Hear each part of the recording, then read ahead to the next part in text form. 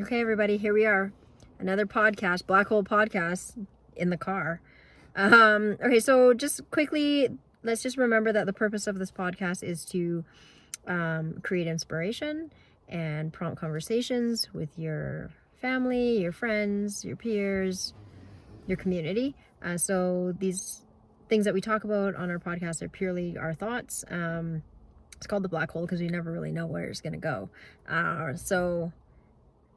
So for today, we are going to talk about producers versus consumers and our thoughts on what a consumer is versus the productive nature of a producer. Greg, do you have anything that you want to start with? No, I'm going to let you take this one away, Char. Okay. So one of the things that Greg and I are very, drives us crazy are consumers. And we're not talking about like consumers, like daily consumers going to the grocery store, going on even just like Amazon, things like that. We're talking about consumers of life. We see these people everywhere. They are generally, they're people that we wouldn't necessarily put within our peer group. They have a very different lifestyle. They generally just kind of take from other people. And we have a real problem with that. Greg and I have a real problem with that. And, we ourselves through the business are producers. We're trying to produce good things through and give athletes what they need. We're trying to instill producing qualities in our own kids, in our own family. For those of you who know us, we have 3 teenagers, which is a very trying time and a very difficult time to be a parent. These times, teenagers seem to be very self-consumed, self-focused, which is fine. However, they need to understand that they need to come out of that eventually and be producers in their own life and in their community. For us, it's very difficult. We have older kids, and then we have Aurelia, who's 2. And, for her, she is 2 years old. Her level of production is obviously going to be much lower than... Well, it's a negative production, Char. She has a negative production. Okay, go on. She needs us to do everything for her. She does. However, we still will try to teach her we are teaching her the things on how to take responsibility for her own things, right? Put your shoes on, put your coat on because we're leaving. Go throw out your own garbage.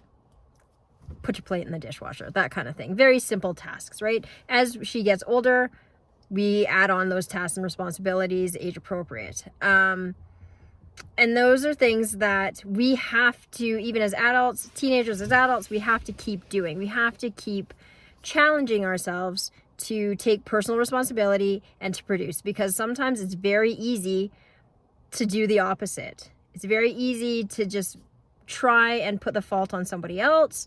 And that will not help you later in life. That will not help you.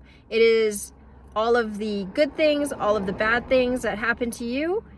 Those are your choices, your decisions that you made, and you need to take responsibility for it.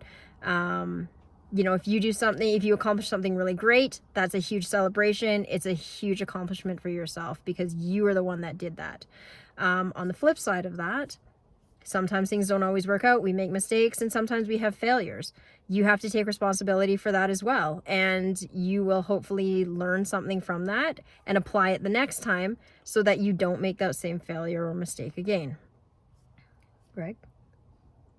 I think one of the things that we have to be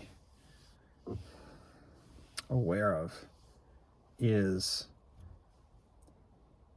you might think that you're actually producing something, but you're not.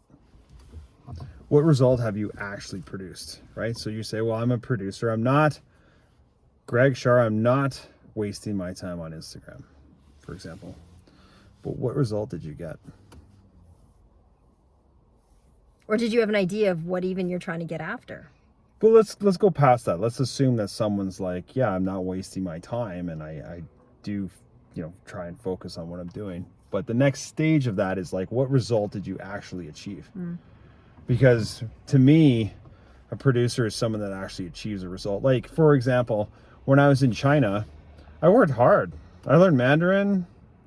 I was at the coach's place on Sunday night. We were reviewing the plan for the week. We were watching film. I spent a lot of hours studying and learning about speed skating and trying to understand the program and learn the kids' names and blah, blah, blah, blah, blah. But at the end of the day, all that mattered is that they went faster when they skated. It was the result that mattered. So you can do a lot of busy work, but if you're not getting a result, then you might be wasting your time. Maybe. Maybe. So anyway, that's a good place to end it.